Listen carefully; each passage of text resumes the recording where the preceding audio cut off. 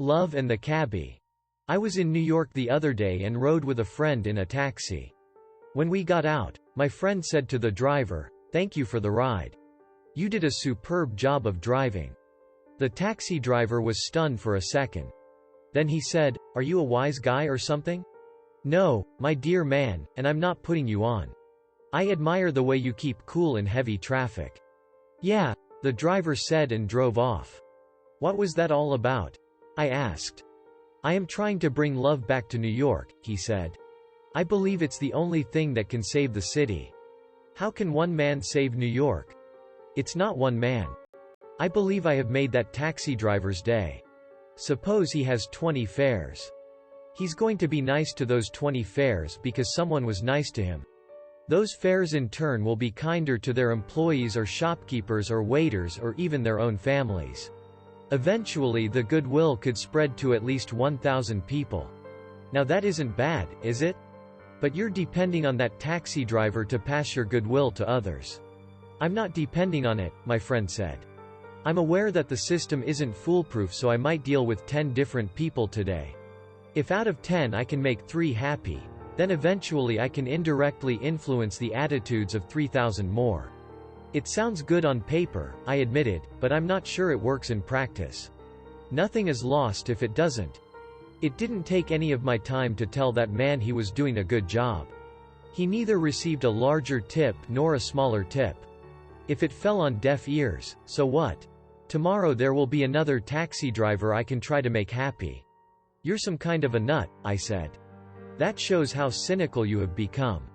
I have made a study of this. The thing that seems to be lacking, besides money of course, for our postal employees, is that no one tells people who work for the post office what a good job they're doing. But they're not doing a good job. They're not doing a good job because they feel no one cares if they do or not. Why shouldn't someone say a kind word to them?"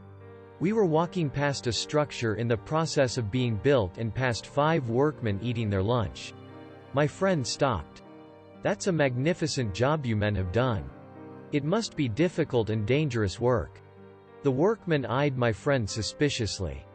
"When will it be finished?" "June," a man grunted. "Ah. That really is impressive. You must all be very proud." We walked away. I said to him, "I haven't seen anyone like you since Man of La Mancha. When those men digest my words, they will feel better for it. Somehow the city will benefit from their happiness." "But you can't do this all alone," I protested. "You're just one man. The most important thing is not to get discouraged. Making people in the city become kind again is not an easy job, but if I can enlist other people in my campaign." "You just winked at a very plain-looking woman," I said. "Yes, I know," he replied. "And if she's a schoolteacher, her class will be in for a fantastic day." Tilda Art Buchwald. A simple gesture. Mark was walking home from school one day when he noticed the boy ahead of him had tripped and dropped all of the books he was carrying, along with 2 sweaters, a baseball bat, a glove and a small tape recorder. Mark knelt down and helped the boy pick up the scattered articles. Since they were going the same way, he helped to carry part of the burden. As they walked, Mark discovered the boy's name was Bill, that he loved video games, baseball and history, that he was having a lot of trouble with his other subjects and that he had just broken up with his girlfriend.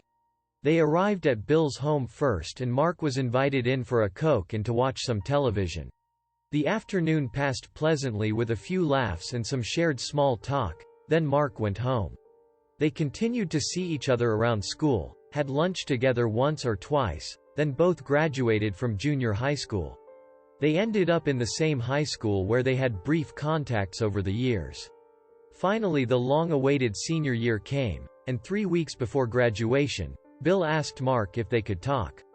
Bill reminded him of the day years ago when they had first met. "Do you ever wonder why I was carrying so many things home that day?"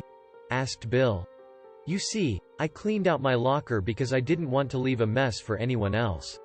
I had stored away some of my mother's sleeping pills and I was going home to commit suicide. But after we spent some time together talking and laughing, I realized that if I had killed myself, I would have missed that time and so many others that might follow." So you see, Mark, when you picked up my books that day, you did a lot more. You saved my life. Tilda John W. Schlatter. Thanks for watching.